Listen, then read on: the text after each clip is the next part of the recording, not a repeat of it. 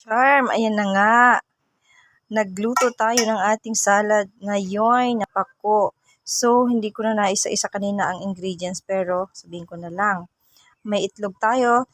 Masarap to kung itlog na maalat. So, nag-boiled egg na lang tayo. May sibuyas yan, may bawang at kamatis. Yan, nasa ilalim ng kamatis yan.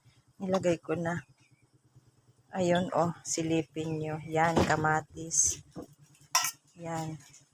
Yan. At nilagyan ko na rin ng konting luya. So, ganon. Lagyan natin ng paminta. Yung isa lang pala. Isa lang ba? O, dalawahin na natin. Parang bitin. Okay.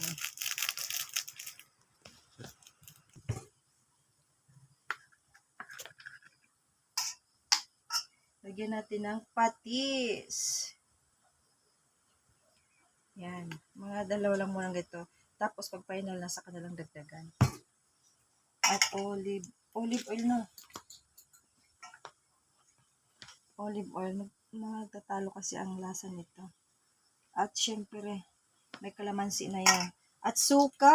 Asa ng ating suka. Tuba. Ito yun?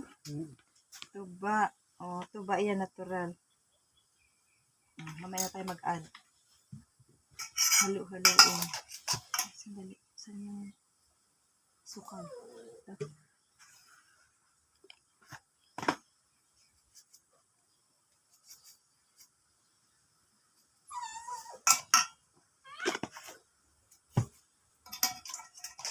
I-mix together na natin siya.